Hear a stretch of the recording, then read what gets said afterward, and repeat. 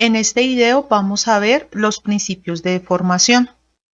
Toda la teoría que vamos a ver a continuación representa la forma tensorial en la que se puede describir todo el movimiento de un cuerpo, ya sea el desplazamiento, la rotación, el estiramiento o todos estos elementos combinados. Entonces, en la primera parte se va a ver toda la teoría referente a esto, cómo lo podemos expresar tanto en pequeñas deformaciones o en pequeños desplazamientos, como en grandes desplazamientos. Y en la segunda parte vamos a ver unos ejemplos en los cuales vamos a aclarar cómo se aplica toda esta teoría. Hasta ahora se han definido dos tensores, los cuales están relacionados con el gradiente de deformación F. El primer tensor es un tensor propio ortogonal, al cual denominamos R, y este es el encargado de señalar todos los desplazamientos de cuerpo rígido, es decir, los giros y los cambios de posición. Y un tensor simétrico definido positivo U, y este describe todo lo relacionado con el cambio de forma, es decir, describe el estiramiento puro. Entonces, en este caso, F puede descomponerse en el producto de dos tensores, un tensor propio ortogonal y uno simétrico. Este tipo de descomposición se conoce como el teorema de descomposición polar, y entonces se puede escribir de dos formas: que el tensor gradiente de deformación F sea igual al tensor propio ortogonal R por un tensor simétrico U, o que el gradiente de deformación sea equivalente al tensor simétrico por el tensor propio ortogonal. Entonces, en este caso, los tensores U y V, los cuales son tensores simétricos, se conocen como tensor derecho de deformación y tensor izquierdo de deformación, respectivamente. Hay que aclarar que esta descomposición es única, por lo que solamente van a existir un tensor R, un tensor U y un tensor V. Entonces, si queremos expresar un cambio en cualquier elemento material, entonces la transformación del elemento material de X mayúscula al elemento espacial de X minúscula, entonces se hace multiplicando el elemento material por el gradiente de deformación. Y al aplicar el teorema de descomposición polar, obtenemos que resulta el producto de un tensor ortogonal por el tensor simétrico U por el elemento material, en donde el producto de U por dx va a representar el estiramiento puro de nuestro elemento material, en donde las direcciones principales del tensor U van a describir las direcciones en las que nuestro elemento material de X va a estirarse, pero no va a rotar. Y entonces, en este caso, la rotación se hace a través del tensor R. Por eso se llama un tensor de rotación. Y entonces, la rotación rígida se daría a través del producto del tensor ortogonal R por el elemento ya estirado. Es decir, primero se produce el estiramiento y luego el giro o la traslación del elemento. Entonces, teniendo en cuenta la definición del gradiente de deformación, vamos a tener esta equivalencia entre el tensor de estiramiento U, el tensor simétrico, y la relación existente entre el tensor ortogonal R y el otro tensor simétrico, en el cual también se puede expresar el producto del gradiente de deformación. Ahora tenemos que hablar del cálculo de estos tensores de estiramiento y de rotación. Entonces, vamos a tener en cuenta la definición del gradiente de deformación en términos de la descomposición polar. Entonces, en términos del teorema, tenemos que el tensor de deformación F es igual a R por U, donde R es un tensor ortogonal y U es un tensor simétrico. Entonces, si multiplicamos el tensor F transpuesto por el tensor F, entonces vamos a obtener un producto de este estilo. Y entonces, aplicando la propiedad de la transpuesta, entonces obtenemos este producto. Pero entonces recordemos que el tensor R es un tensor ortogonal. Esto quiere decir que el producto del tensor ortogonal por el traspuesto de ese tensor es igual a la identidad. Entonces, aplicando esa propiedad en este caso, vamos a obtener que ese producto queda reducido a este producto. Pero entonces recordemos que el tensor U es un tensor simétrico, es decir, el tensor es igual a la transpuesta del tensor. Entonces, en realidad quedaríamos ante el producto de U por U. Entonces, en este caso podríamos concluir que F transpuesto por F es igual al tensor simétrico U al cuadrado. Ahora, teniendo en cuenta la definición del tensor R, es decir, teniendo la otra definición de tensor ortogonal que resulta de despejar R en esta ecuación, entonces vamos a obtener que R transpuesto R es un tensor ortogonal. Y entonces en este caso el tensor izquierdo de estiramiento va a ser igual a B, que equivale a F por R transpuesto. Y entonces en este caso vamos a tener que al reemplazar este F, vamos a tener el producto de R por U por R transpuesto. Ahora, como ya tenemos los tensores derecho e izquierdo de formación y el tensor de rotación, entonces vamos a hablar del tensor derecho de formación de Cauchy-Green. Entonces vamos a llamar al tensor C igual al tensor U al cuadrado, en donde U va a representar el tensor derecho de formación. Entonces, a este tensor C se le denomina el tensor derecho de formación de Cauchy-Green o el tensor de deformación de Green, también se conoce con ese nombre. Ahora, si no existe deformación, entonces en este caso el tensor C va a ser equivalente al tensor U y este a su vez va a ser equivalente al tensor identidad. Ahora vamos a tomar dos elementos materiales diferentes de X1 y de X2, los cuales son transformados a través del gradiente de formación F a dos elementos de X1 y de X2 minúscula, como se muestra en estas formulaciones. Entonces, si deseamos hacer el producto punto entre estos dos elementos materiales transformados, es decir, entre de X1 y de X2 minúscula, entonces al hacer el producto punto, reemplazamos los valores de X1 y de X2 por las equivalencias que tenemos del producto del gradiente de formación por sus respectivos elementos materiales y nos encontramos con una expresión de este estilo. Y entonces al reescribir esto vamos a obtener una expresión en donde vamos a tener la expresión F transpuesto F y nosotros esta expresión ya la conocemos. Recordemos que F transpuesto F es igual a U al cuadrado y recordemos que U al cuadrado es igual al tensor C. Entonces reemplazamos por el tensor C y nos queda una expresión de este estilo.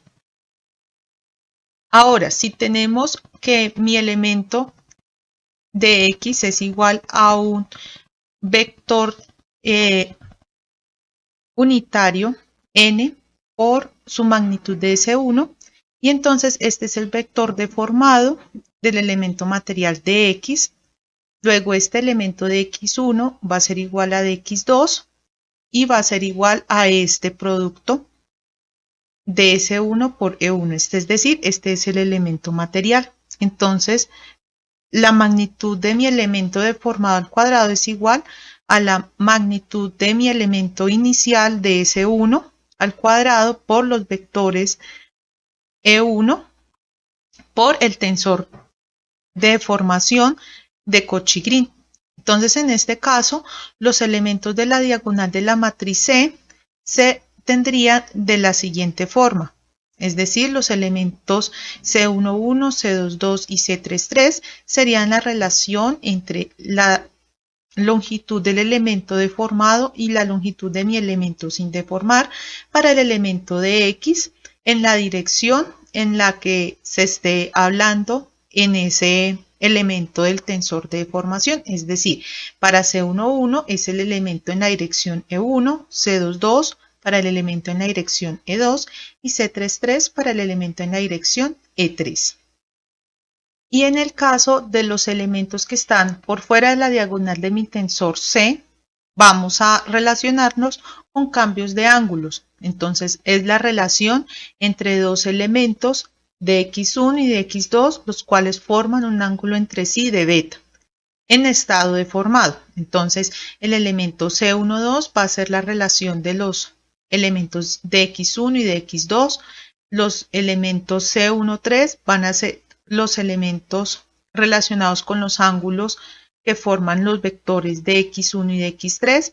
Y finalmente el elemento C23 va a ser la relación de ángulo existente entre los elementos materiales de x2 y de x3. Ahora vamos a hablar del tensor lagrangiano de deformación. Entonces, empleando el concepto de tensor derecho de deformación, es decir, el tensor C, vamos a definir el tensor de deformación finita lagrangiano.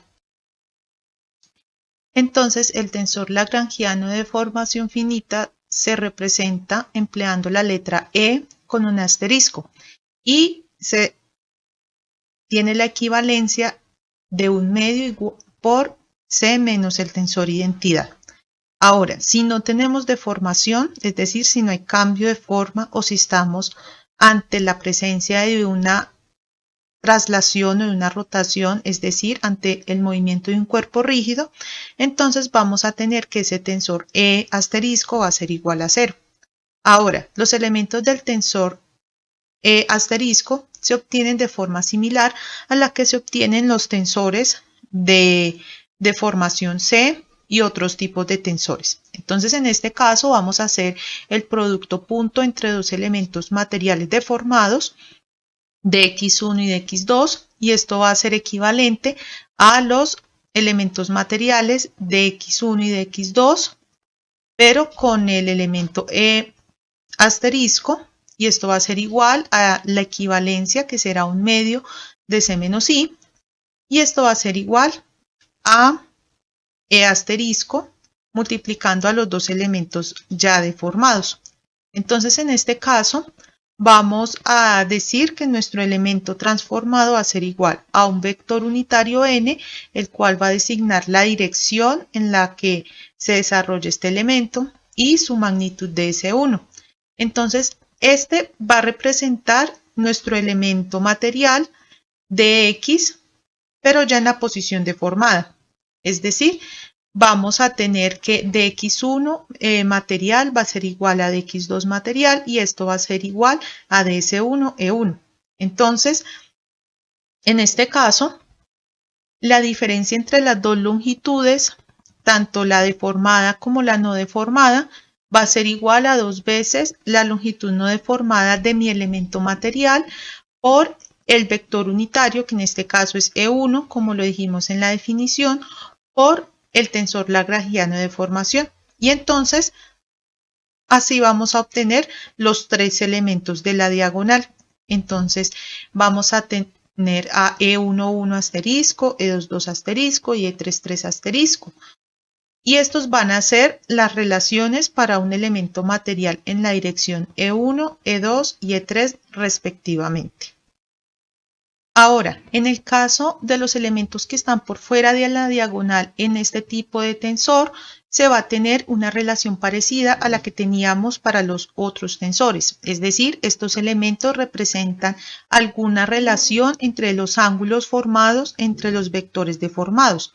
Entonces, en este caso, vamos a tener que la posición E12 es la relación del ángulo formado por los elementos deformados de x1 y de x2, para el elemento E13, para los elementos de x1 y de x3, y por último el elemento E23 va a representar el ángulo formado o una relación del ángulo formado entre los elementos de x2 y de x3 ya deformados.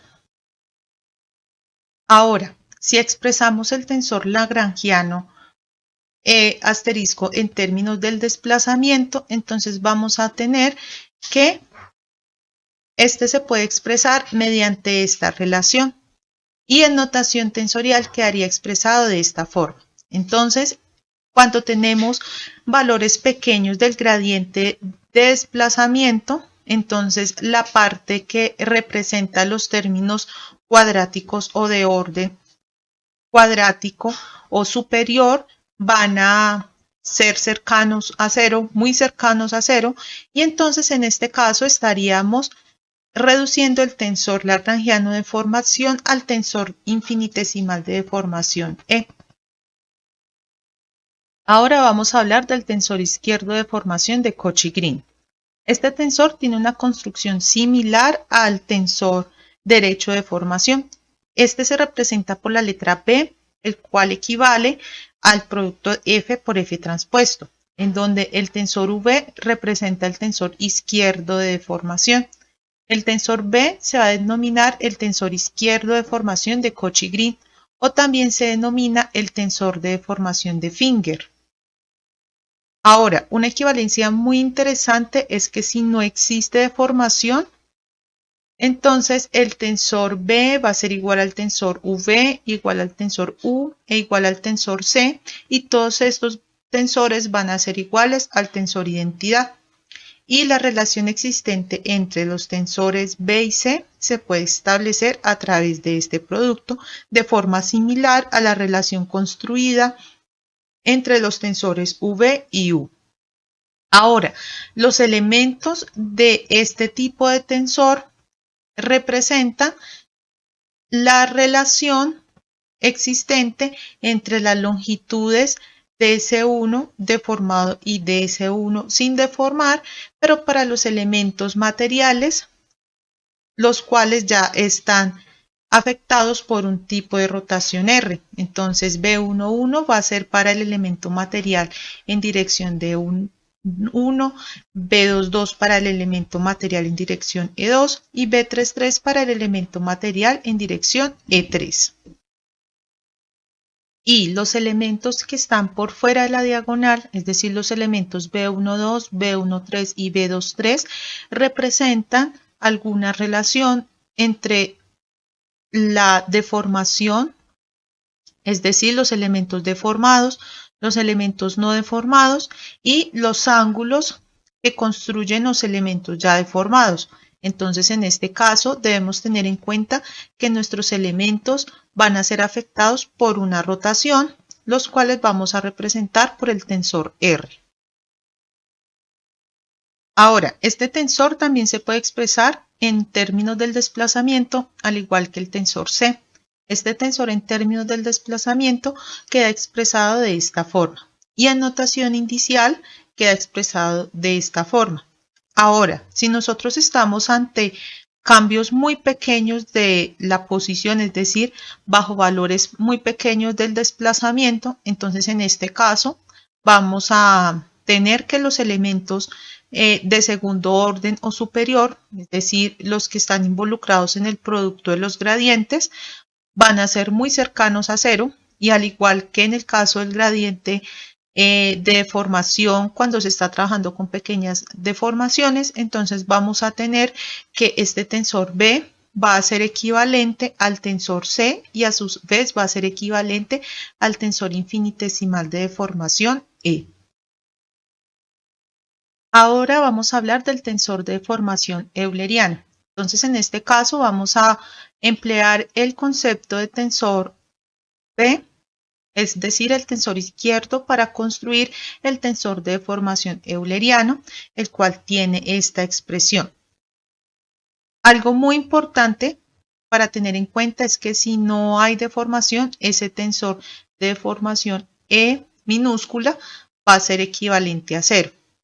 Entonces, en este caso, si nosotros queremos expresar los elementos de este tensor, entonces vamos a tener en cuenta la construcción que se hizo para los otros tipos de tensores. Primero se hace la construcción para los elementos de la diagonal y posteriormente se tienen en cuenta los elementos por fuera de la diagonal. Entonces, en el caso de los elementos que están en la diagonal, vamos a tener todos los elementos que están en las direcciones de los vectores E1, E2 y E3. Entonces, si nosotros queremos expresar la diferencia entre las longitudes del tensor deformado y no deformado, entonces vamos a emplear el concepto del tensor euleriano de deformación, que en este caso sería una relación construida entre el elemento E asterisco y nuestro tensor izquierdo de formación, y entonces vamos a obtener una relación de este estilo. Entonces, para el primer elemento material dx igual a ds1e1, vamos a obtener esta fórmula, el cual representa la primera posición de nuestro tensor de deformación euleriano, y procediendo de forma similar, vamos a tener que los otros elementos de la diagonal se expresan de esta forma. Y al igual que en los otros tensores, los elementos que están por fuera de la diagonal representan siempre alguna relación existente con el ángulo que forman los elementos que están deformados o los elementos que no están deformados. Es decir, nos describe el ángulo ya deformado o sin deformar. Entonces, en este caso, cada posición nos va a describir de qué forma se amplifica o se disminuye ese ángulo, en este caso, entre los elementos sin deformar de x1, de x2 para los elementos e1, 2, de x1 y de x3 para el elemento e1, 3 y de x2, de x3 para el elemento e2, 3. Ahora, podemos expresar los tensores tanto B como E en términos del desplazamiento. Entonces, en este caso, el tensor lagrangiano E quedaría expresado de esta forma.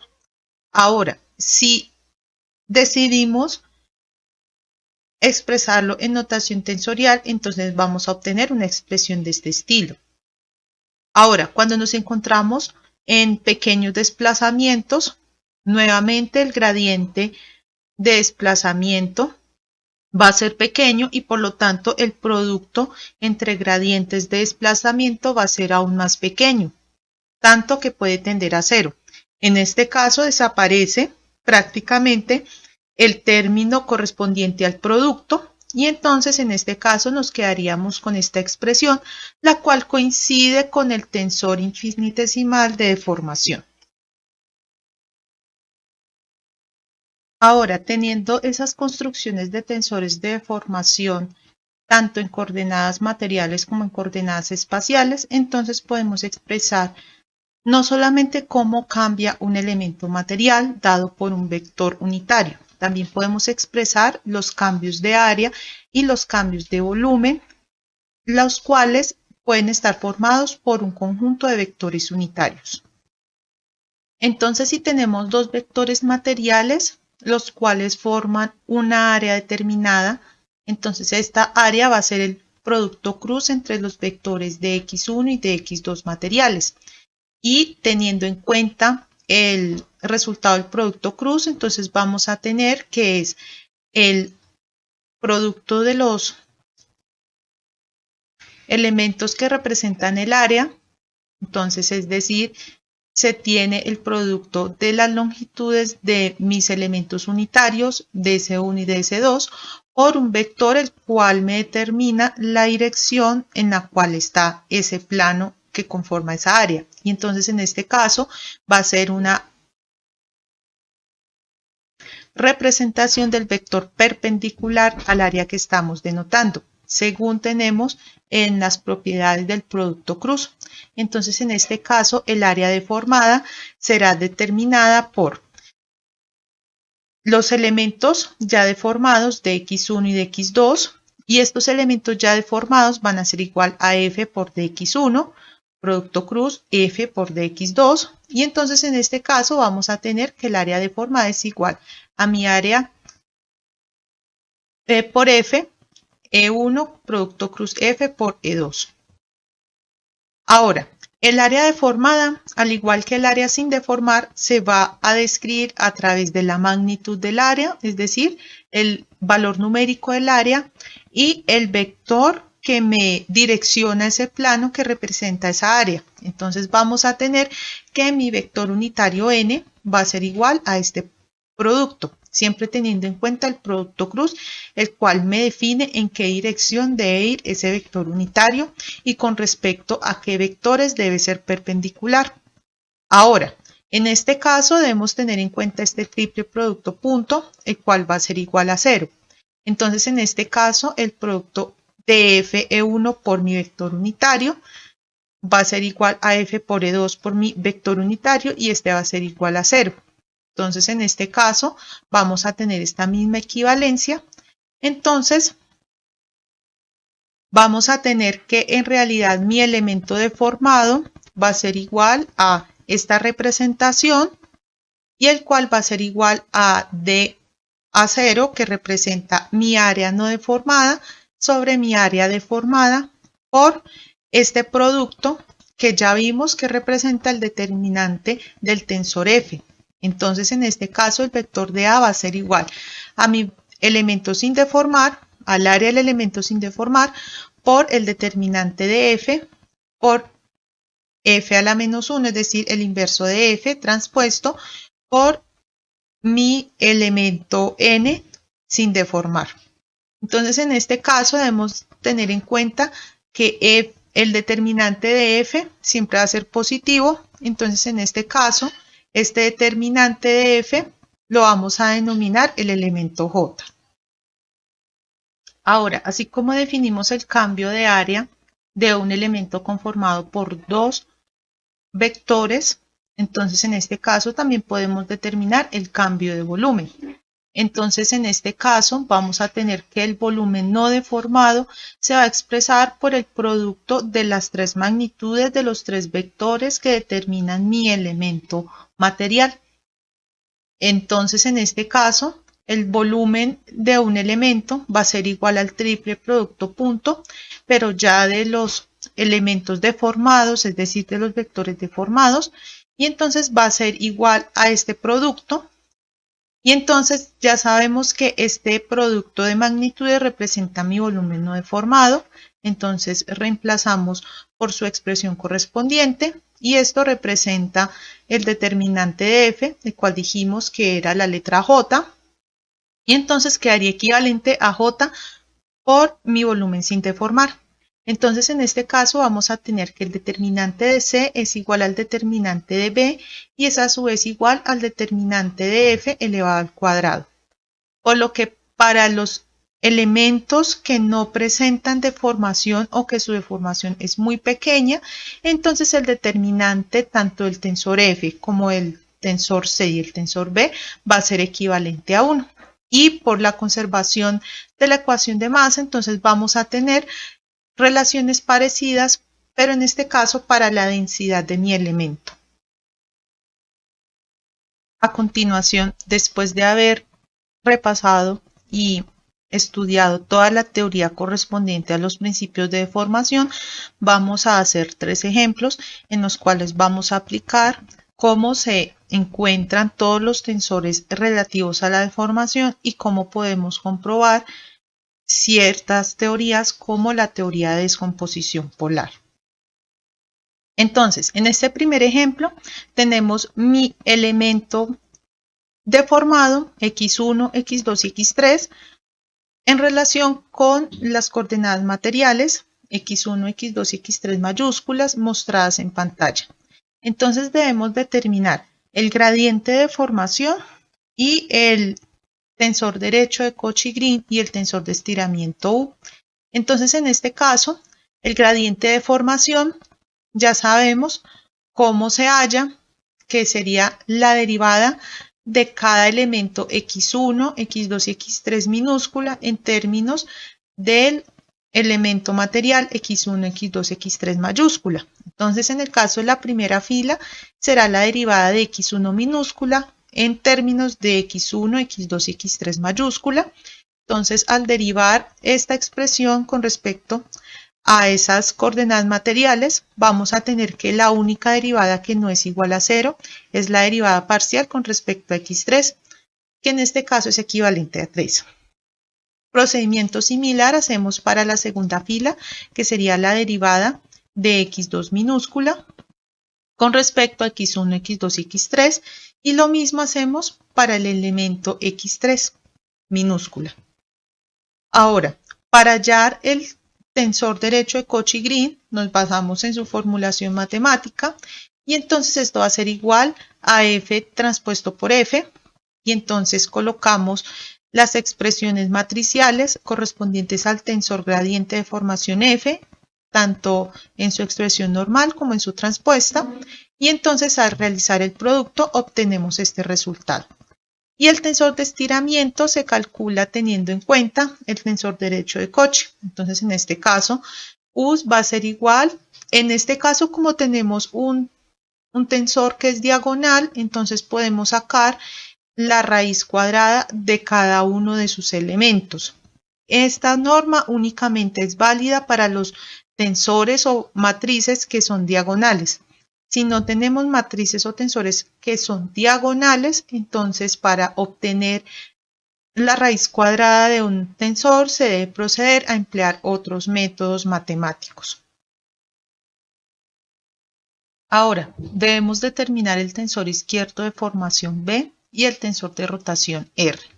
Entonces sabemos que el tensor de rotación R y el tensor de formación izquierdo B se representan para el caso del tensor B de esta forma y para el tensor R de esta forma. Entonces, reemplazando las equivalencias matriciales que tenemos del tensor F y del tensor U, como ya las tenemos, entonces en este caso reemplazamos esas equivalencias matriciales y obtenemos esta expresión para el tensor B y esta expresión para el tensor R. Ahora, prosiguiendo con el ejemplo de esta sección, entonces vamos a hallar el tensor de deformación lagrangiano E y el tensor de deformación euleriano E. Entonces, en este caso, vamos a apoyarnos de la notación matricial que tenemos para este tipo de tensores y entonces, al reemplazar el tensor C y el tensor B que tenemos y al dividir entre un medio, entonces vamos a tener para el tensor E asterisco esta expresión y dividiendo entre 2 vamos a tener esta expresión. Tenemos esta fila de ceros porque restamos el tensor B con el tensor identidad y una expresión similar vamos a obtener para el tensor de deformación euleriano E asterisco y entonces en este caso obtenemos esta expresión para este tensor. Ahora debemos hallar la relación entre el volumen inicial y el volumen deformado y la magnitud, en este caso del área, en estado deformado, tanto su magnitud como su norma. Entonces, en este caso, de la fórmula de volumen, pues vamos a tener que el volumen deformado es igual al volumen sin deformar por el determinante de nuestro tensor F. Y sabemos también que el determinante del tensor C es igual al determinante de F al cuadrado. Entonces, en este caso, vamos a tener que ese determinante del tensor F es igual a la raíz cuadrada del determinante del tensor B, teniendo en cuenta esta igualdad. Entonces, reemplazamos esa raíz cuadrada en mi fórmula de volumen deformado y entonces vamos a obtener esta expresión. Pasando a dividir este volumen sin deformar, entonces vamos a obtener esta relación, la cual es la que buscamos, y esto va a ser igual a la raíz cuadrada del determinante de B. Y como sabemos, nuestro elemento B es un tensor diagonal. Entonces, en este caso, el determinante es el producto de los elementos que están en la diagonal. Por lo que al hacer el producto y obtener raíz, esto va a ser igual a 6. Ahora, para el caso del área, debemos tener en cuenta tanto la representación de mi área deformada, tanto en magnitud como en sentido o en tensor o en vector normal. Entonces, en este caso debemos tener en cuenta que partimos de una área unitaria. Ya tenemos el determinante de F, porque lo calculamos en el anterior punto y en este caso es 6. Y entonces la inversa de ese tensor F va a ser igual a esta representación matricial. Y teniendo en cuenta que la normal de esta área está definida por la dirección E2, entonces asumimos como vector normal el elemento E2. Y entonces realizamos el producto y al realizar el producto y reemplazar por los elementos matriciales y vectoriales que tenemos, entonces vamos a obtener una expresión de este estilo. Por lo tanto, mi área deformada va a tener una normal que es E3 y va a ser de magnitud -3. Ahora, en este ejemplo, dada la deformación en coordenadas cartesianas rectangulares de esta forma, entonces vamos a determinar el gradiente de deformación y el tensor de Cauchy-Green y el tensor de estiramiento U.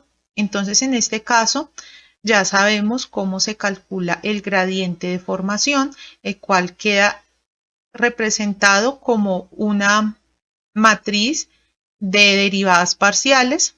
Entonces, al aplicar las derivadas parciales en este grupo de coordenadas, entonces vamos a obtener una representación de este estilo.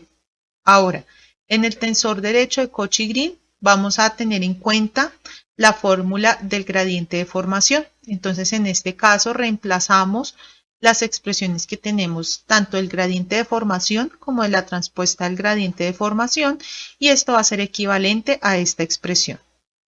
Y algo parecido hacemos para el tensor de estiramiento. En este caso, como nuestro tensor C es un tensor diagonal, entonces acá la raíz cuadrada es obtener las raíces cuadradas de cada elemento de la diagonal. Si no tuviésemos un tensor de este estilo, tocaba expresarlo de otra manera. Entonces, en este caso, simplemente sacamos la raíz cuadrada de los elementos de la diagonal y entonces ese tensor de estiramiento U va a ser equivalente a esta representación matricial.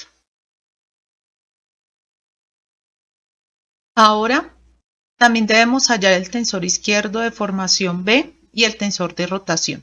Entonces, para el caso de tensor B, vamos a tener en cuenta los elementos del tensor gradiente de deformación F y lo vamos a calcular de forma similar al tensor C.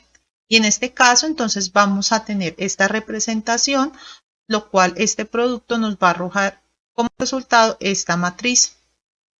Y para el tensor de rotación hacemos un producto similar al que hicimos en el ejemplo anterior. Entonces, en este caso vamos a tener en cuenta mi tensor gradiente de deformación y la inversa de mi tensor de estiramiento U. Entonces, en este caso, al hacer el producto de esos dos tensores, vamos a obtener este elemento que nos va a representar la rotación del elemento representado por estas coordenadas.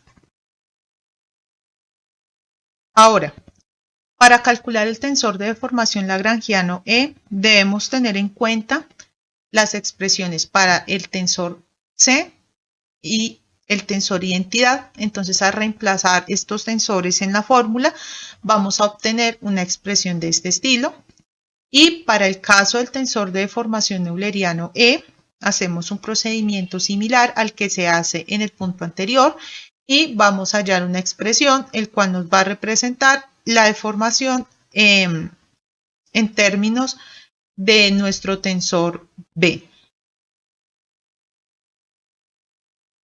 Ahora, para calcular tanto el volumen como el área deformada, entonces vamos a valernos de las fórmulas que tenemos con anterioridad. Entonces, en este caso, vamos a tener que la fórmula del volumen va a ser esta.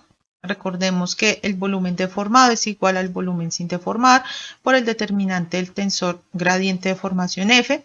Entonces, al tener esto en cuenta y teniendo que nosotros ya tenemos los tensores C y B, entonces es simplemente hallar la raíz cuadrada del determinante de B para poder hallar el determinante de F. Entonces, en este caso, vamos a reemplazar esa raíz cuadrada en la fórmula y pasamos a dividir este volumen deformado, no deformado, para construir nuestra relación. Entonces, en este caso, simplemente es la raíz cuadrada del producto de los elementos de la diagonal, porque estamos ante un tensor que es diagonal, y entonces nos va a dar como resultado el 6. Y un procedimiento similar podemos seguir para hallar el área deformada, teniendo en cuenta lo que se hizo en el ejemplo anterior. Entonces, en este caso debemos tener en cuenta que estamos ante un elemento unitario. El determinante de F es igual a 6 tal y como la hallamos en el punto anterior, en el punto G, y debemos hallar el inverso del gradiente de formación F, el cual está representado por esta representación matricial. Por lo tanto, en este caso, decimos que nuestro elemento está direccionado por el vector E2, entonces asumimos que ese elemento es nuestro vector n sin deformar, y entonces en este caso vamos a obtener que nuestra área deformada va a ser igual a este producto, como lo vimos en las fórmulas, y esto va a ser igual a su vez a estas representaciones vectoriales y matriciales, y al hacer todos estos productos, pues vamos a obtener una expresión de este estilo.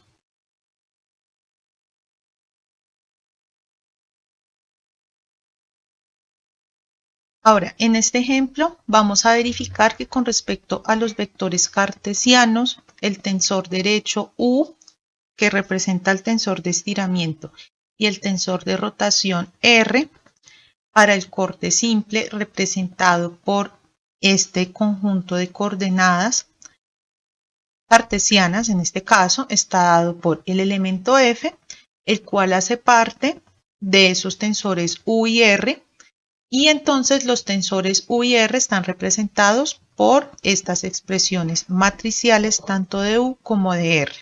El elemento F se usa para simplificar la escritura de los tensores tanto de estiramiento como de rotación. Entonces, en este caso lo que debemos comprobar es que estos tensores U y R efectivamente corresponden al tensor gradiente de formación F que está representando este movimiento. Entonces, en este caso, lo que vamos a hacer es valernos de la fórmula del tensor gradiente de formación F es igual a R por U. Es decir, vamos a usar el teorema de descomposición polar con el fin de explicar o de comprobar este tipo de resultado. Entonces, lo que hacemos es multiplicar el tensor R por el tensor U, y entonces reemplazamos sus expresiones matriciales por estas expresiones. A su vez, realizamos entonces los productos correspondientes, y al hacer los productos correspondientes vemos que podemos hacer algunas simplificaciones. En este caso, hacemos este tipo de simplificaciones con el fin de mejorar la escritura y de comprender mejor ese producto. Entonces, en este caso, debemos tener en cuenta a qué equivale f. Entonces, a reemplazar a f cuadrado por la expresión que tenemos acá, entonces vamos a obtener que nuestro tensor va a ser igual a este tipo de tensor reemplazando a f.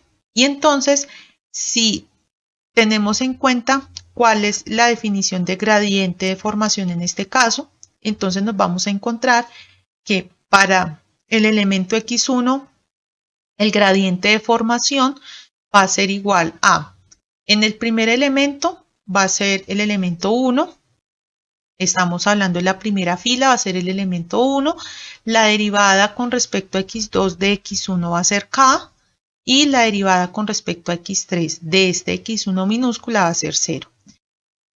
Lo mismo para el segundo elemento x2, es decir, para la segunda fila, y entonces, como podemos ver, esta está expresada en términos de la coordenada x2, entonces únicamente de la coordenada x2 mayúscula, y entonces en este caso la única derivada que es diferente de 0 es x2, y entonces en este caso va a ser equivalente a 1.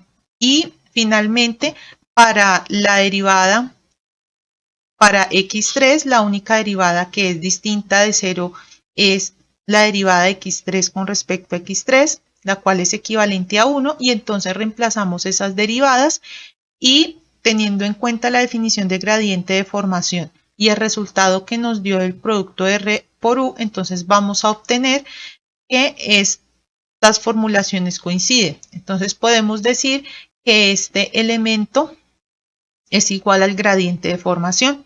Entonces, como conclusión de este ejemplo, podemos decir que como f es único, R y U también son únicos, entonces en este caso los tensores R y U corresponden al estiramiento y a la rotación que se representan mediante el gradiente de formación F.